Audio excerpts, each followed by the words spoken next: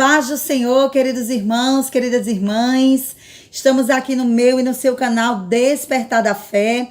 Já vou te pedindo que se inscreva no nosso canal, dê o seu joinha, que é muito importante, e ative o sininho para receber as nossas notificações. Estamos agora continuando com o tema O Princípio das Dores, o sermão profético. Nós já entendemos que o sermão profético foi a resposta de Cristo para a pergunta dos discípulos. Mas não só isso, irmãos. Esses sinais e esses acontecimentos que Cristo falou em Mateus 24 foi para que a igreja ficasse em alerta, para que a igreja ficasse a observar esses acontecimentos, para ver que as coisas que acontecem, cada dia se aproxima a volta de Cristo. E também, irmãos, é a prova de que Deus está no controle da história da humanidade, queridos.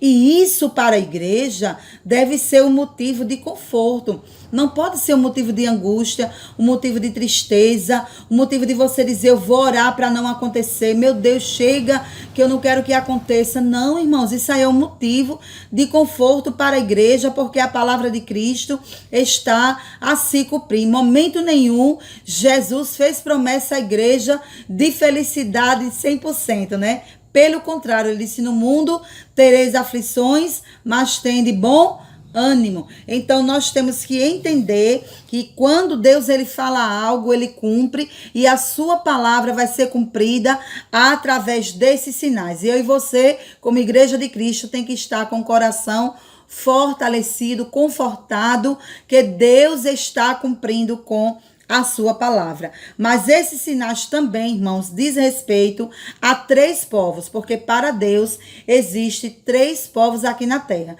Nós encontramos lá em 1 Coríntios, no capítulo 10, e o versículo 32, que diz assim: portai-vos de modo que não deis escândalos, nem aos judeus, nem aos gregos, em algumas traduções não é gregos, é gentios, e nem a igreja de Deus. Então, para o Senhor, para o nosso Deus, existem 3 povos aqui na terra: a igreja, Israel e os gentios.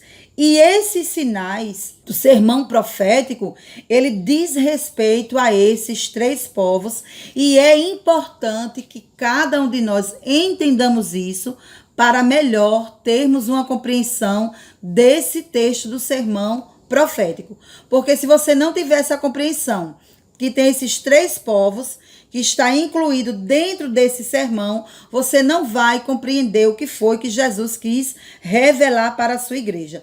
Cada um desses povos tem um destino diferente, certo? Os gentios, por exemplo, o destino deles é a perdição eterna. A Israel, o destino é a salvação do remanescente fiel.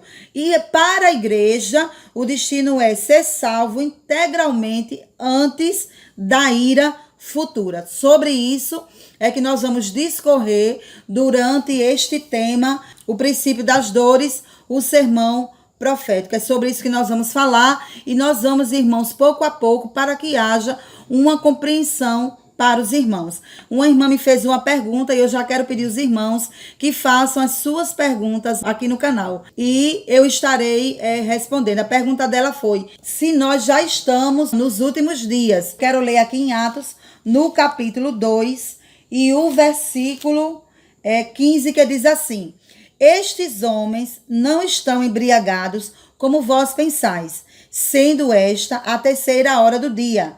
Mas isto é o que foi dito pelo profeta Joel. O que foi que o profeta Joel disse?